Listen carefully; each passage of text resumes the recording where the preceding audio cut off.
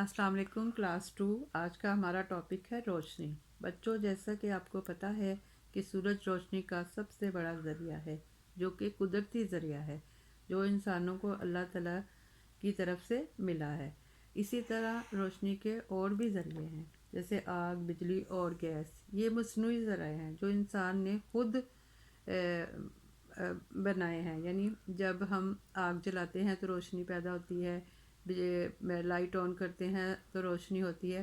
ये मसनूई तरीके हैं, मसनूई ज़रिए हैं, जबकि सूरज कुदरती ज़रिया है। अब हम चैप्टर की रीडिंग करेंगे। क्या आपने कभी सोचा कि हमें अपने इर्द गिर्द का मतलब क्या होता है, आस पास की चीज़ें कैसे नज़र आती हैं? वही चीज़ें अंधेरे में क्यों नज़र नहीं आती? इसकी वजह यह है कि अल्लाह ताला ने हमें रोशनी की नेमत बख्शी है। रोशनी की वजह से हम ये सब देख सकते हैं। रोशनी का सबसे बड़ा ज़रिया सूरज है। इसके अलावा आग, बिजली की चमक और कुछ जानवरों, मछलियों और कीड़ों मसलन जुगनू की अपनी रोशनी होती है। यानी कुछ जानवर भी ऐसे होते हैं, जैसे मछली है, उनमें एक चमक होती है और जिससे रोशनी पैदा होती है। इसी तरह जुगनू की अपनी रोशनी होती है। रोशनी की ख़ास बातें ये हैं, ये बहुत तेज़ रफ्तार होती है। जितनी देर में हम एक लफ्ज़ कहते हैं, उतनी देर में ये पूरी ज़मीन के गिर्द 8 चक्कर लगा सकती है। ये हमेशा सीधी जाती है, ये चीज़ों से टकरा कर वापस आती है।